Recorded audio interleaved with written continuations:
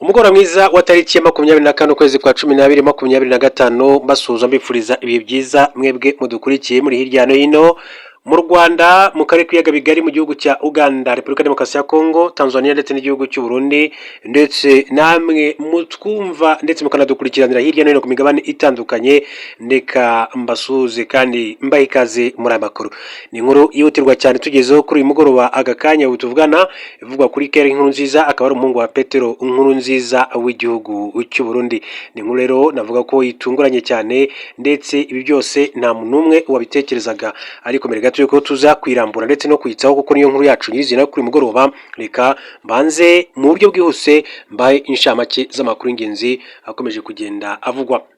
Ikigo cy'igihugu gishinzwe imisoro n'amahoro cya Uganda Revenue Authority cyatangaje ko kwinjiza ibikoresho bya internet y'ikigo Starlink mu gihugu bisaba uburenganzira butangwa n'umugaba mukuru w'ingabo z'igihugu cya Uganda. Bitangajwe mu gihe kandi habura iminsi itageze ku kwezi ngo muri Uganda habe amatora perezida wa Repubulika ndetse na perezida Yoweri Kaguta Museveni ari na se wa General Muhoozi Kainerugaba nawe akaba yiyamamaza muri aya matora, akaba nawe usanzwe muri gihugu cya Uganda. Mu butumwa bwo ku itariki ya 19 Ukuboza 2025, ikigo cy'igihugu gishinzwe imisoro n'amahoro cya Uganda cyategetse ko buri cyuma cya Starlink cyangwa se system y'itumanaho rishingiye ku byogajuru kizajya cyinjizwa mu gihugu gifite uruhushya rwatanzwe n'umugaba mukuru w'ingabo z'igihugu cya Uganda. Muri nyandiko, Uganda Revenue Authority yagize iti icyemezo cyose cyo gutumiza ibikoresho bijyanye na Starlink kigomba kandi kuba gifite urwandiko rw'uruhushya rwatanzwe n'umugaba mukuru w'ingabo za Uganda, People's Defense Forces cyangwa se UPDF n'igisirikare cya Uganda. Mu buryo bw'incamake kandi reka duce mu gihugu cy'u Burundi, mbabwire ko gukorera mu mpunzi z'abakongomani ibintu byifashe nabi, aho rero bacumbikiwe muri iki gihugu cy'u Burundi.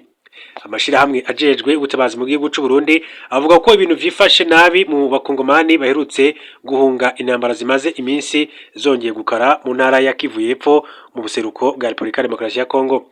Ishami rya ONU rijejwe impunzi ku isi UNHCR rivuga ko aho ziri mu bibanza zashikiwemwo zihanganye n'ubukene bw'amazi meza, imfungurwa, isuku rike ndetse n'ivyankenerwa vy'ibanze, mu gihe bibandanya vyiyongera muri iyi minsi ya vuba.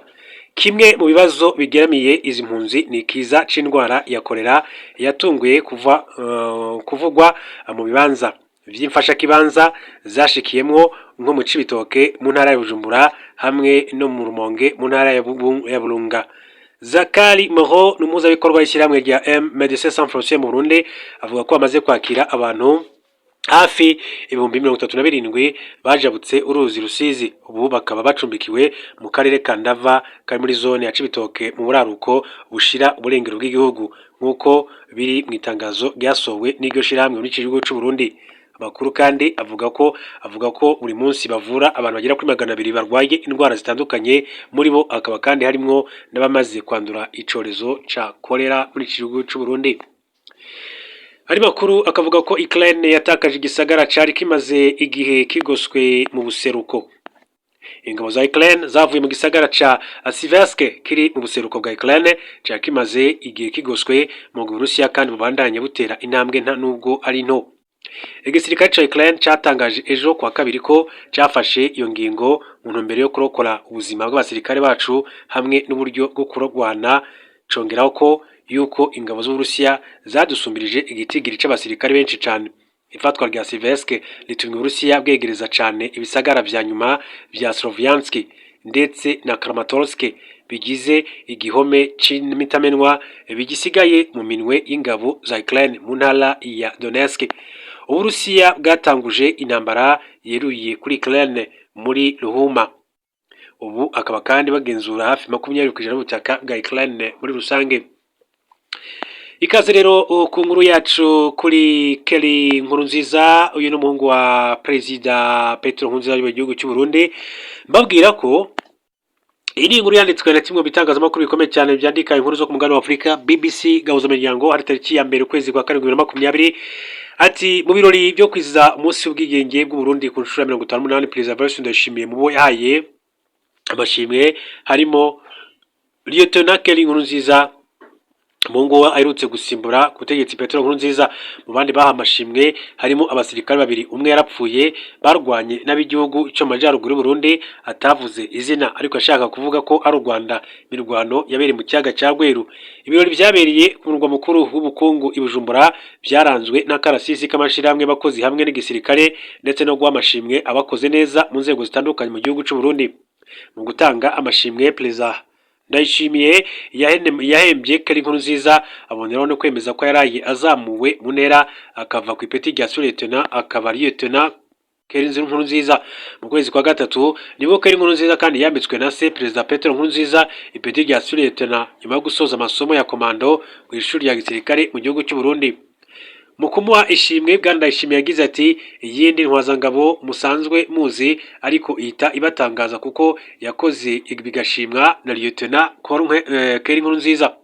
Nawe nyene ati n'abamurongoye bose ati bamushimye ati ku buryo ejo kwa kabiri yari Liyetona none baraye bamuhaye ipeti rya Liyetona kubera ubutwari bwiwe. Bwana Ndayishimiye yavuze ko uyu muhungu w'imfura ya Petero Nkurunziza yize mu mahanga, atashye ahita ajya kwiga mu ishuri rya komando aho yarangije ari uwa mbere muri iki gisirikare cy'u Burundi. Ati ni umwana bavuga bati ni umusore afite akazoza, ati yabaye urugero muri discipline, ati mu bwenge mu butwari bose, ati n'abamutwaye bose baramureba bavuga bati uyu musore azavamwo ikintu. Liyetona Keri Nkurunziza ahawe umudari w'intwari w'urwego rwa Ordre de Mérite Patriotique Classe de Chevalier ndetse na $1,000,000 n'ibihumbi 500 y'amarundi yo kumutera intege nk'uko Bwana Ndayishimiye icyo yabitangaje. Bwana Ndayishimiye yavuze ko Ajida Nitunga yiciwe mu kurasana kwabereye mu kiyaga cya Rweru hagati y'ingabo z'u Burundi n'iz'umuturanyi wo mu buraruko, no kuvuga amajyaruguru atavuze mu izina. Mu kwezi kwa gatanu igisirikare cy'u Rwanda, igihugu kiri mu majyaruguru y'u Burundi, cyatangaje ko cyarasanye n'igisirikare cy'u Burundi muri icyo kiyaga. Igihembo nk'icyo kandi cyahawe kandi Caporal Chef Ndizeye Fulgence wavuze ko yarwanyije bikomeye cyane abo barwanaga muri uko kurasana agatabara abarobyi b'abarundi. Mu bandi bahembwe harimo na Jakaya Mrisho Kikwete wayohoze ari perezida wa Tanzania. Igihembo cye kikaba kandi cyarashyikirijwe ambasaderi wa Tanzania mu gihugu cy'u Burundi.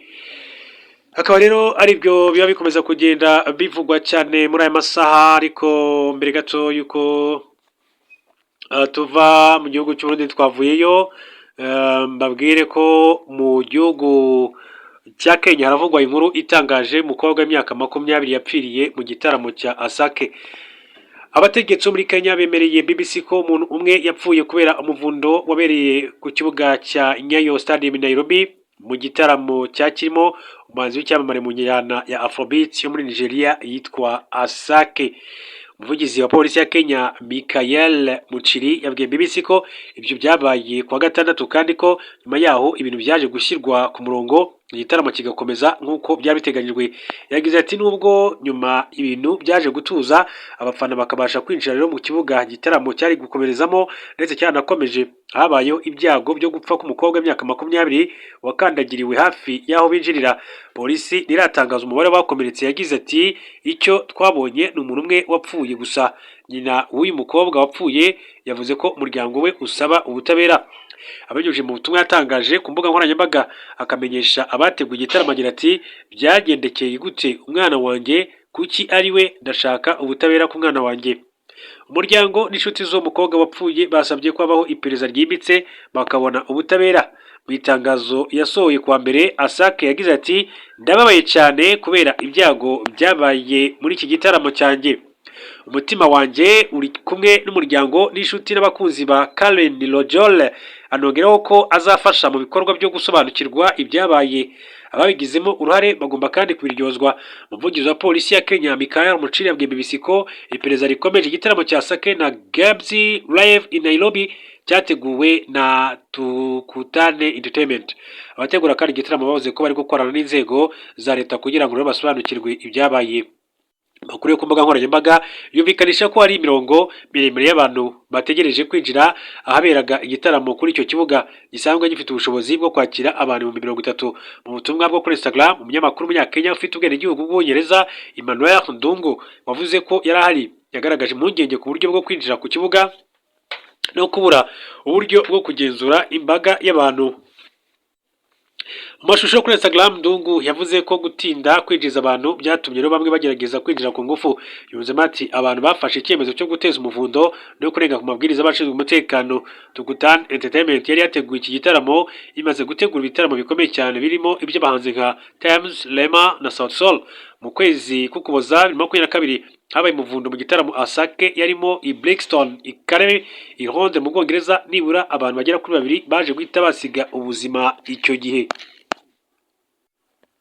Andi makuru kandi mu buryo bw'inshamake mbere yuko tujya ku nkuru yacu nyirizina akomeza kugenda avugwa, reka mbabwire ko uwitwa Donald Trump ni perezida wa Leta Zunze Ubumwe za Amerika.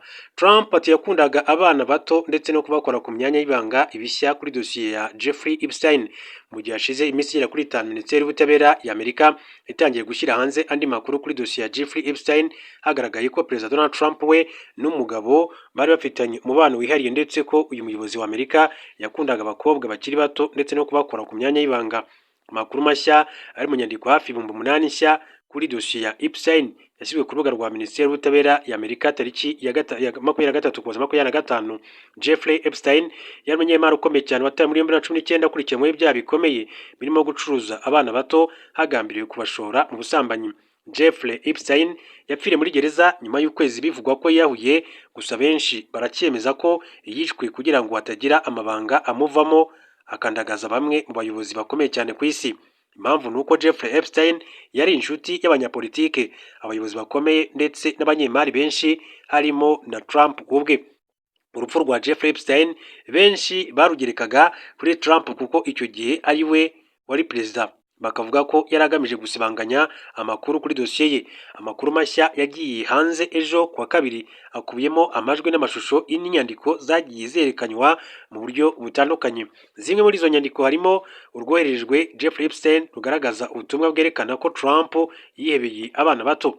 Bikubiye mu ibaruwa bigaragaza ko yasinywe na Jeffrey Epstein yoherejwe Larry Nassar wahoze ari umuganga ariko wakatiwe igifungo cya burundu kubwo guhamya ibyaha byo gusambanya abana. Ni ubutumwa bugaragaza ko Donald Trump nk'umuntu ukunda abakobwa bakiri bato b'ikimero, kandi ngo iyo umukobwa ukiri muto amunyuze iruhande akunda kumukora ku myanya y'ibanga uko amakuru yagendaga abivuga. Tujye ku nkuru yacu rero y'itangazo ry'impinduka zikomeye cyane. Witwa Stella Rusine Nteziryayo yagizwe umuyobozi mukuru wa RDB wa BRD. Stella Rusine Nteziryayo yagizwe umuyobozi mukuru wa banki y'igihugu y'amajyambere BRD asimbuye Kameta Pichette Sayinzoga wari umaze imyaka 6 kuri uwo mwanya. Amakuru agera ku gihe nuko Stella Rusine Nteziryayo yemejwe n'inama y'ubutegetsi ya BRD mu minsi ishize nk'uko amategeko abiteganya. Asanzwe ari umwe mu bagize iyo nama, bivuze ko agiye kuyobora ikigo n'ubundi azi neza imikorere yacyo. Nteziryayo afite ubunararibonye mu bijyanye n'imicungire n'imikorere y'ibigo by'imari, kugenzura inguzanyo ndetse no kubaka ubukungu buhambaye butajigajiga bw'inzego. Yakoze muri Minisiteri y'Imari n'Imigambi nk'umuyobozi mukuru ushinzwe ubukungu, aho yagize uruhare mu gushyiraho ingamba zigamije iterambere ry'ubukungu bw'u Rwanda mu gihe gito ndetse n'igihe kirambye. Afite impamyabumenyi y'icyiciro cya 3 cya kaminuza Masters mu bukungu. BRD yashinzwe mu mwaka w'1967 itera inkunga imishinga igamije gufasha u Rwanda mu rugendo rwayo rw'iterambere mu ngeri zirimo ibitunganyirizwa mu nganda n'ibikorwa remezo, ubuhinzi, ingufu, inzu ziciriritse, ubukungu burengera ibidukikije ndetse no kongera ibyoherezwa mu mahanga. Mu myaka 6 ishize Sayinzoga ayoboye ibanki ifite inshingano zikomeye cyane mu iterambere ry'igihugu, yageze kuri byinshi. Mu mezi ashize ikinyamakuru cya Akadomo.com cyari gifite amakuru ko umutungo rusange w'iyi banki wageze kuri miliyari 1,000, ni mu gihe muri 2019 wabarirwaga kuri miliyari 157 z'amafaranga y'u Rwanda. Bigaragaza iyaguka rikomeye cyane ry'imari ya banki y'ubuyobozi bwiza iyi banki yagize. Raporo zigaragaza ko ubukungu bw'iyi banki zerekana ko inyungu ya buri mwaka y'iyi banki muri iyo myaka yavuye mu bihombo yari ifite igera nibura kuri miliyari 22 ndetse na miliyoni 800 z'amafaranga y'u Rwanda. Ni mu gihe kandi inguzanyo zayo ziyongereye cyane ziva kuri miliyari 67 z'amafaranga y'u Rwanda. Muri 2019 ubwo COVID-19 yari yugarije isi zibarirwa ubu kuri miliyari 710 z'amafaranga y'u Rwanda. Bigaragaza izamuka ry'ishoramari ryo kwagura serivisi zitangwa ndetse no kongera ubushobozi bwo gushyigikira intego z'iterambere ry'igihugu muri rusange. Ni Stella Rusine Nteziryayo akaba yagizwe n'umuyobozi mukuru wa banki y'igihugu y'amajyambere, yari asanzwe mu nama y'ubutegetsi y'iyi banki ya BRD asimbuye Kameta Pichette Sayinzoga yari amaze imyaka itandatu ari umuyobozi mukuru w'iyi banki ya BRD mu gihugu cy'u Rwanda. Mu yandi makuru akomeje kugenda avugwa, reka mbabwire ko mu makuru yandi akomeje kugenda avugwa, mbabwire ko umugaba mukuru w'ingabo za Libya General Mohamed Al Ahmed Al Haddad yapfiriye mu mpanuka y'indege ya Dassault Falcon 50 yabereye muri Turukiya ku 23 kuza 25. Indege yagurutse ku kibuga cy'indege cya Esenboga mu mujyi wa Ankara saa moya n'iminota 10 z'umugoroba, ubwo yageraga mu kirere cyo mu karere ka Haimana. Imaze iminota 40 ihagurutse, itumanaho ryayo ryahise ribura. Nyuma byagaragaye ko indege yakora impanuka mu gace ka Kisikakavak gaherereye muri Haimana. Abantu bose bari bayirimo bapfuye nk'uko leta ya Turukiya bitangaje. Leta ya Turukiya yatangaje ko uretse General Mohamed impanuka yanapfiriyemo abandi baofisiye bakuru mu ngabo za Libya n'abakozi batatu bashinzwe serivisi zo mu ndege.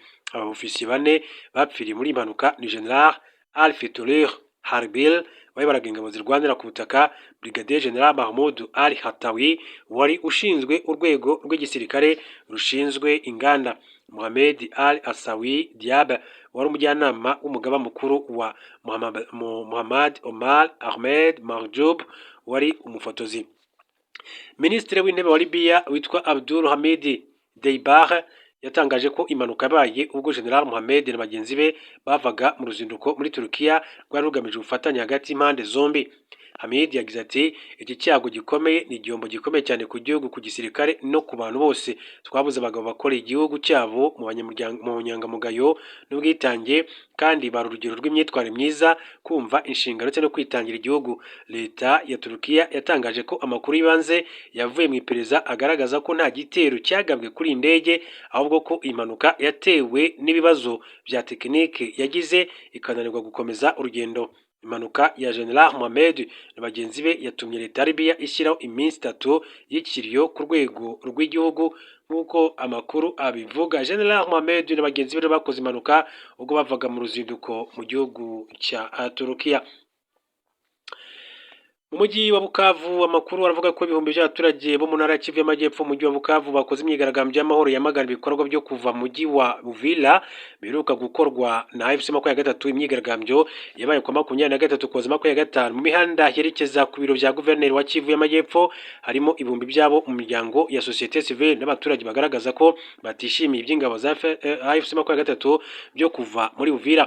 Umutwe wa AFC 23 wafashe Uvira ku itariki ya 9 kuza 25 ariko wiyemeze kuva muri uyu mujyi ku itariki ya 15 hagamijwe gushyigikira inzira z'amahoro za Doha. Miki Mutiki uhagarariye Soxive ati abaturage bo muri Kivu y'Amajyepfo basanga uburyo bwo kuvana AFC 23 mu mujyi wa Uvira bidakwiye. Guverineri wa Kivu y'Amajyepfo Patrick Busu Bangwe yavuze ko bakiranye yombi ubusabe bw'abaturage bose b'intara ndetse abashimira urugendo rw'amahoro bakomeje gukora. Yamije ko AFC 23 izakomeza guharanira amahoro ndetse no kubwira abo bireba bose kugira ngo abaturage bashobore kubaho mu mudendezo. Yasabye abari muri Uvira gukomera ndetse abizeza ko mu gihe ibintu bizaba bimaze kujya ku murongo bazabasura. Abatuye muri Bukavu basabye ko impande zombi zihanganye zikwiye kubahiriza agahenge kavugwa mu biganiro bya Doha kemeranyijweho ku mpande zombi. Andi makuru akomeje kugenda avugwa muri aya masaha, reka mbabwire ko Repubulika ya Demokarasi ya Kongo Amerika ntiyishimiye ibivugwa na mama ya gatatu ko yavuye muri uyu mujyi wa Uvira. Ubutegetsi bwa Perezida Donald Trump wa Leta Zunze Ubumwe za Amerika buvuga ko butishimiye ukungene mama ya gatatu ivuga ko yavuye mu gisagara ca Uvira inyuma y'uko kuwa kabiri humvikanye amasasu mu micungararo y'iki gisagara. Kwa 10 Kigarama nuko kwezi kwa 12 niho uno muhari wigarurira iki gisagara kitari kure y'umurwa mukuru w'ubutunzi w'u Burundi Bujumbura. Ataminsi ihaciye Perezida Felix Tshisekedi wa Repubulika ya Demokarasi ya Kongo hamwe na Perezida Paul Kagame w'u Rwanda bate igikumu ku masezerano y'amahoro bahagarariwe na Perezida Donald Trump nyuma y'uko umushikiranganje wa Amerika ajejwe imigenderanire Marco Rubio avugiye ko ibikorwa by'u Rwanda mu karere k'ubuseruko bwa RDC biwanyanga aya masezerano y'amahoro. Mama ya gatatu ntiyatevye gutangaza ko yayigiye kuva muri iki gisagara kugira ngo ihe amahirwe umugambi w'amahoro. ifatwa ry'iki gisagara ryariyamirijwe bikomeye cyane ibihugu by'uburengero, mbere Amerika yayo ikaba yararwangirije kandi ko ruriko rushora akarere mu ntambara mu gihe rwagirizwa ko ari rwo rufatiye umuriro M23. Leta y'u Rwanda yamye yamiriza ivyo yagirizwa, ivuga ko gusa ko yafashe ingamba zo kwikingira ingaruka z'iyo ntambara ibera mu buseruko bwa RDC, mu gihe abagorongoye M23 bavuga ko abagwanyi bayo bose bavuye muri Uvira. Washington, umutegetsi bwa Amerika, ivuga ko itemera ko uyu muhari wavuyeyo rwose, nk'uko umutegetsi wo hejuru yabibwiye itorokanizo ry'amakuru Reuters. Iyo mutegetsi avuga ko abarwanyi babandanya bibonekeza mu micungararo ya Uvira, ni mu gihe abarongoye igisirikare hamwe na leta ya Kinshasa bavuga ko ivyuko M23 ivuga ko yavuye muri Uvira ataho bihuriye n'ibiri ku rubuga rw'imigwano muri iki gihugu ca Congo. Kwa kabiri, mu gihe yari yateganijwe imyiyerekano ivuga ko yariko igushigikira M23 itova muri ico gisagara, bamwe mu baba i Uvira babwiye Reuters ko bamwe mu barwanyi ba M23 ariyo bakiri bakuye umwambaro w'igisirikare bakambara w'igipolisi. Kubera iyo myiyerekano, umwe mu baba muri ico gisagara yavuze ko humvikanye inkoho z'amasasu ariko bikaba bitazwi ivyo ariko biraba. Gusa abarwanyi ba Wazalendo bifatanyije n'igisirikare ca RDC batari batangaje ko bari gukora ibishoboka kugira ngo bahuze iyo myiyerekano. Haciye iminsi havugwa imyiyerekano mu bisagara bitandukanye vy'intara Kivu ya ruguru na Kivu y'epfo vyigaruriwe na M23, harimwo Bukavu, Rucuru, Goma, Kamanyola, Sake na Uvira nyene. Abarimwo baboneka bafise ivyapa vyanditseko amajambo ashigikira umuhari wa M23 bavuga ko ubazaniye amahoro n'umutekano aho wigaruriye. Iyi myiyerekano yamirizwa na leta ya Kinshasa ifata ko yateguwe n'inyeshamba za M23 ziri kumwe n'ingabo z'u Rwanda, zikayatiramwo abantu nk'umukenyuro wo kwerekana ko yemewe n'abanyagihugu, nk'uko biri mu itangazo ubushikiranganje bujejwe kumenyesha amakuru bwaraye busohoye. Iri tangazo ryagiriza M23 ko iriko ikoresha abanyagihugu ku nyungu zayo za politike no mu kubagira ibikoresho. Leta ibutsa ishimitse ko igikorwa ico cose cyo gukoresha abanyekongo nk'inkiko canke se igikoresho vyo kwiyamamaza ku nyungu z'igihugu cigaruriye ubutaka ari ugonyanga bikomeye cyane ubusugire bw'igihugu, kandi kikaba ari agasuzuguro karenze urugero k'agateka ka muntu. Umurwi wa AFC M23 uvuga ko iyo myiyerekano ikorwa n'abanyagihugu ku bushake bwabo ko atawe bahatira kwijamwo. Kuva mu ntango z'uwo mwaka nyene intambara zariyongereye cane, aho M23 yigaruriye uturere tutari duke harimwo n'ibisagara vya Goma na Bukavu, imigwa mikuru ya Kivu ya ruguru na Kivu y'epfo. Ifatwa rya Uvira, isagara kigira kabiri ca Kivu y'epfo, kwa 10 Kigarama, yari indi ntambwe idasanzwe kuri M23 ariko yatumye abihweza ibintu n'ibindi bakaba baravuze ko ari agasuzuguro kuri Perezida wa Amerika Donald Trump. Gushika ubu utwigoro two kurangiza intambara yasubiye kwaduka mu mpera za 21 naco turashikako, mu gihe ibiganiro bibera i Doha muri Qatar hagati ya leta ya Kinshasa na M23 bitarashika ku mwumvikano. Hagati aho izi ntambara zikarishe zadutse mu ntango za Kigarama zatumye ibihumbi bata izabo, abatari bake bahungira mu Rwanda no mu Burundi. Ivyemezo vy'umurwi w'abahinga ba ONU vyagiye vyerekana ko u Rwanda rufashe mu mugongo M23 mu kuyiha abasirikare ibikoresho n'amabwiriza. Iyo iramutse yagirizwa ibi, Kigali ntihengeshanya kwerekana ko ubutegetsi bwa Kinshasa aribwo ntandaro ya vyose. Imwe mu mpamvu ishira abona ikaba ari umuhari wa FDLR ivuga ko ushigikiwe na leta ya Kinshasa.